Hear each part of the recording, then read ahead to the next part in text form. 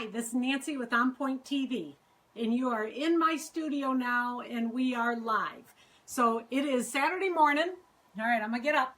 It's Saturday morning in Michigan. It's cold, very, very cold outside, and it just so happens to be a little bit chilly in my studio too, because our furnace went out today. So at some point during this recording, the furnace repairman actually might show up. So that would be kind of fun. Athena is holding the phone right now, so I'm going to come over here and grab the phone and take you through my studio, okay? All right, and the transfer, try not to get fingers over top of.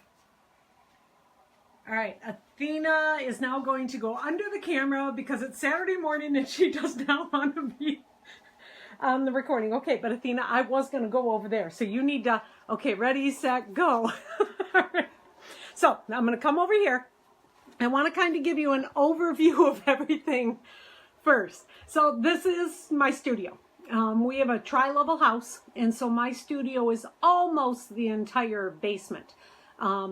There's the laundry rooms over there, but for the most part, I was fortunate enough to get the entire basement.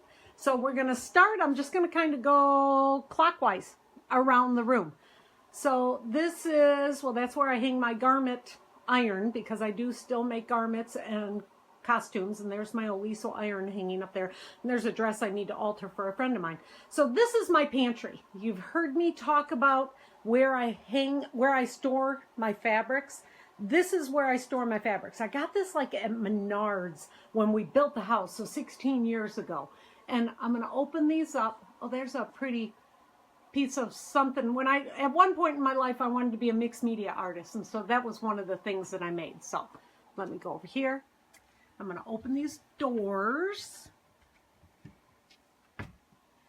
and step back and then go, this is where I store my stash. And so generally speaking, this is going to be my stash of, hi Peggy, this is going to be my stash of larger fabrics. So everything in here is folded the way that I've taught you how do I fold them. So in the very first episode, I think Anatomy of Fabrics, I take you through how I actually fold my fabrics. So these are ready for me anytime. I could pull anything out. It's ready for me to cut. Up on top, I have some larger pieces. So those top ones actually were a gift of mine from a friend of mine in South Africa, Fab Scraps, and they gave me that fabric, and it's the most gorgeous stuff you'll ever see. So I'm gonna come back, I'm gonna move it over here so that I'm not like swinging that door in your faces. Okay, doors shut. Working our way around this entire unit that you see there with the drawers, that is from IKEA. My daughter-in-law helped me organize. She interviewed me quite a long time about what I do in my studio and how I'd like it laid out. And this is the way that we came up to store good portions of my fabric. So starting with this little black drawer unit here, this is not from IKEA, but this has my art supplies in it. So I'm going to open up this drawer. There's some of my stencils. My friend Barb from Joggles, this are some of her different stencils. And then there's paints and sprays. Those are Marabou fabric sprays and fabric liners. Love that stuff. Go on down here is some of the pieces. So let me see if I can find one that I made. There. So that's a design using a gel press, some Luminaire paints from Jacquard, and then Barb at Joggles with her joggles.com, her stencils. And you actually make some fabulous fabrics that way. I'll want to try and teach you guys that at some point. All right. So when we go up to the top, just kind of random stuff. Some stuff I've done, whole lots of stories of different art things that I've tried. And those are some pieces that I purchased at a quilt show. I love elephants. And there's the pattern. Oh, I've got a glare. There's my Wonder Woman pattern. I'm not going to make that costume, but I'm going to make something similar. Oh, okay, and as long as we're talking about silly things, that's an elephant that a friend of mine in Ukraine gave me. I put it on one of my pieces, and I had two of them. So I've got general tools in this area, and if we go to the very top shelf, The top shelf is where I store larger things. So that green bag has scraps of batting in it. You'll see over at the end bolts of interfacings, my steam seam, there's some tracing paper, pillow forms. So large things that I don't need to get to all the time. It is kind of high. My husband's 6'4". He is very, very helpful with that kind of stuff. And then this is quilt tops that are not done. So the quilt top might be done, but they're just not completely finished. So there's a half square triangle piece I'm working on with some fabrics from South Africa. Here's a blue and yellow piece that I made, I don't know, approximately 100 years ago. And then there might even be some things you guys recognize. So this is a Lone Star. I showed you part of that Lone Star from the Jan Krentz book. So I keep this is how my daughter-in-law decided to help me keep things organized so I could actually see the quilt tops that I have in process. As we go down, you'll see the drawers. So the drawers, the top ones are kind of random stuff. They're a little bit of a mess. But as we open the drawers, there we are. There's some of my pre-cuts. It's like everybody, I'm obsessed with pre-cuts. But then the rest of the drawers are going to be my fat quarters or smaller pieces. Some of these beautiful fat quarters, some of these just maybe, a small scrap of fabric that I want to keep. So this is how I organize them, and they are generally speaking done in color. So everything is going to be color organized. That little pile of stuff is not, that's stuff that's not finished. I just have stuff setting there, my scan and cut tote and stuff. And there's Athena way in the background. You see her there. So this is my full-length mirror. I do still make garments. I make costumes and stuff. So I do need a full-length mirror. And then this is, let me back up here. This is my cutting table that my son and daughter-in-law built for me while I was away. Actually, I was away in Tanzania on a missions trip. And I came home and they had finished that cutting table. It's just the exact height that I need. And it's got storage units on the side. As we come to the side here, you're going to see that I can store lots of different things. There's my tracer, my sketch pads. Go on down. I use a lot of art bin totes to store projects in. Some point my daughter-in-law will probably come over and label them for me. There we go. And then there's just some bigger pieces of stuff. I got that red wool blanket in an antique store. Not sure what I'm going to do with it. There's my carrying tote for my hand projects. All right, so this is my cutting table. On my cutting table right now happens to be my brother's scan and cut. I love this thing. I can cut out anything with it. At some point, we'll do some videos on it. And there's a tote of my New York Beauty project. Our next video, we just finished the Lone Star. Our next video is going to be on the New York Beauty. And you can see the one in process now. So that'll be starting soon. In the back here, this is where my rulers are held. And I don't know if you can see it. Let me see if I can move this out of the way. That little wood holder right there has slots in it that the rulers can go into the slots. Help me to keep my rulers organized, which anything to help me stay organized is a bonus feature. Nancy gets to try to be organized. So these totes are the totes that I put finished quilts in. They're in totes with wheels. Those are the ones that I might take if I'm going to do a lecture at a guild or at a quilt show.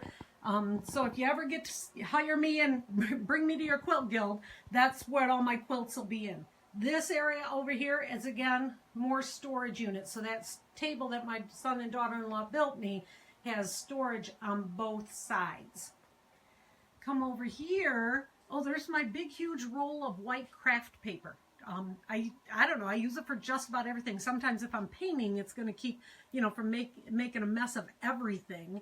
And how about that wall hanging? The background one, it was supposed to be a tablecloth. I think I bought it at a quilt market one time, and I just hung it on the wall. I guess my intention was that someday it would be the backing of a quilt, but for now, it's just hanging on my wall looking beautiful. And down here, there's my open top totes that always have all of my tools in it. The units there, the white ones, I actually used to do a lot of crazy quilting. And if I open these, you will see a lot of antique laces, that flag, that's a cigarette flannel. Here we've got some tobacco silks. So if I'm going to an antique mall, that's the kind of thing I'm going to buy to work on crazy quilts. Now, I haven't done any in a while, but I'm still saving all my products. We have a beautiful stained glass that I actually found at a garage sale, and a couple of antique sewing machines. They're Greyhound sewing machines. I don't know if you can really see them, but we used to raise Italian Greyhounds, and then we had a retired racing Greyhound at one point. And so I don't know, I just loved them. This is my thread rack for my large spools of threads. Let's get past the mannequin, and then you can see more of them here. I used to have a Gammo long arm quilting machine, so that's why I have so many large spools of threads currently. But if you come, oh, there's my mannequin. She's kind of dressed steampunk. That's a costume that's just not finished yet. But this is where I'm storing most of my quilting threads at this point. So if I open that, I mean, is that just not the dreamiest collection of purple threads you ever saw? So if you open any of these drawers, you're going to kind of get that idea. This next drawer, at some point I'll do a video on this. These are all heavy weight threads that are used for bobbin work. So you can work quilting upside down, get some really, really cool effects with that. So that's generally how my quilting threads are stored now.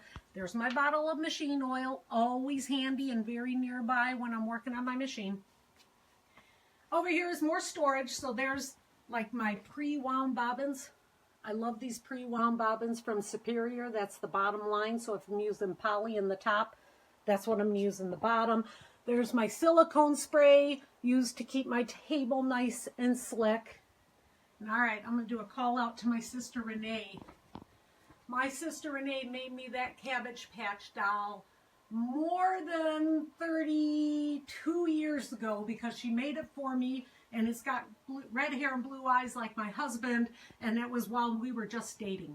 So just thought that was cute. Renee, thank you. There's baby Jan, always sitting there.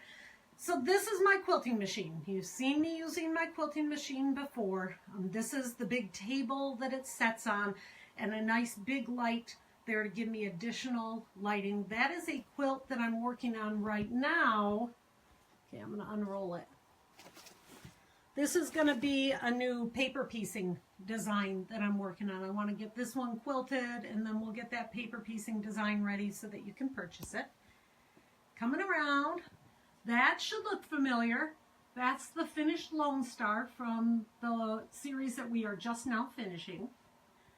Coming down here is my very expensive light table, and it is amazing. I got it for like 50 bucks when the company I work for was going digital, and instead of needing these big old professional light tables, drafting side light tables, they sold it to me for 50 bucks. It was cool. And I've got more supplies down there. I love having pre-washed flannel, so that purple is a flannel.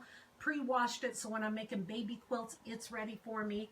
And if you're wondering what that little area is, that is where the kittens, I am training to keep the kittens off my quilting table, so that's where I'm encouraging them to sit. Over here is my serger. So this is my serger table where I make garments. There is all of my serger thread. I've got a really nice faff serger right there. And there's more random threads up there, my woolly nylon and such. Okay, gonna come around. Only got one more wall to do. So this is my normal sewing area. So it's a tabletop on top of two steel case pedestals, so those smaller filing cabinets. That's my tabletop. It's super duper sturdy. Love the space that it gives me. There is my FAF 5.0. Thank you very much, Tim at Smith Owen Sewing Center. There's I know that rotary cutting mat is in pretty bad shape. Please forgive me. That's the one that just sits next to me for when I'm doing paper piecing. Got my light there for additional lighting. There's my library of quilting books behind me. That's the Clover doesn't make that anymore. I really did love that thread holder. That was really cool when I was wanting to quickly change out threads. And those 3-ring binders, those are different patterns that I've made over the years. And this is a super cool unit. Look at that. That is an antique, I don't know, screws or something it used to be in there. I bought it in an antique mall, and I'm going to open it up for you. These is my collection of antique buttons. So when I go to an antique mall, I'm looking for cigarette silks and antique buttons and fun stuff like that. Above it is, again, the same kind of unit that I bought at Menards 16 years ago. And it's an overhead unit that I can have additional storage in. And above that, those are projects. So you can store projects in pizza boxes. Go to your pizza store, buy clean, brand new pizza boxes, and it's an easy, inexpensive way to store UFOs. So there's lots of different ones that I have up there. There's really nothing of, oh wait a minute, let's stop here. This is my Quilters Need to Know card. Fons and Porter used to publish this, and it was available for purchase. This is the coolest thing. It has all the information you'll ever need. So cutting chart for setting squares and triangles. There's so much information on here. So many times when I'm giving you measurement information, it's information I got off of my Fons and Porter Need to Know card. They need to go back to publishing that. This is miscellaneous stuff, an antique quilt in the corner, but all of my elastics and fasteners and stuff like that are in there. This area is still in the process of being organized. And then I have some cute pictures here. Okay, TMI. There's a picture of my son when he was a baby. That would be 30-some years ago. And there's a picture of me when we first moved to the farmhouse. So I must have been 8. And do you love those pants or do you love those pants? All right, coming around, almost finished up here. So this is my ironing board. That's my big board ironing board. Behind it are more totes and stuff, and there's my TV. Because if I'm going to be doing the ironing I need to do it patiently and take my time, and that is my big board right there. I got this unit from my sister. She was cleaning out stuff in her basement area, and this was sitting there, and it actually is an old-fashioned ironing board, and what I love about it is it has storage. So I can actually store some of the ironing tools. My Material Magic is in there, my heat press for putting battings together, my water bottle, that kind of stuff. And then this is my new 9-inch Easy Press from Cricut. Now, Cricut makes paper crafting stuff, which I'm not into. But this iron, all right, let me see if I can do this. 9 inches, flat faceplate. This thing can get to 400 degrees, comes in this super cool holder, has a timer.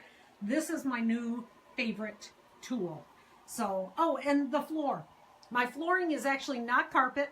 If you ever wonder if you get to make your own studio, carpet holds pins. Pins are there so that when your husband walks in the studio, he's going to poke himself with it. So I do not have carpet down here. I just have a tile floor. So now I'm going to transfer the phone to Athena. All right, now I'm going to come back out here. So there you have it. This is my happy place. If I can be any place on this earth other than traveling and teaching, it's in my studio right here. I love being here. I've created it so that I'm really comfortable in it. And except for when we don't have heat in the house like right now, it's very cozy down here.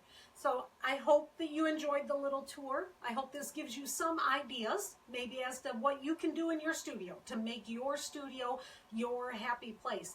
I wish that everybody got to have a studio, and I know I am exceptionally blessed and very, very fortunate to be able to have a space of my own. So there you go, Saturday morning in Nancy's studio. Have a great day.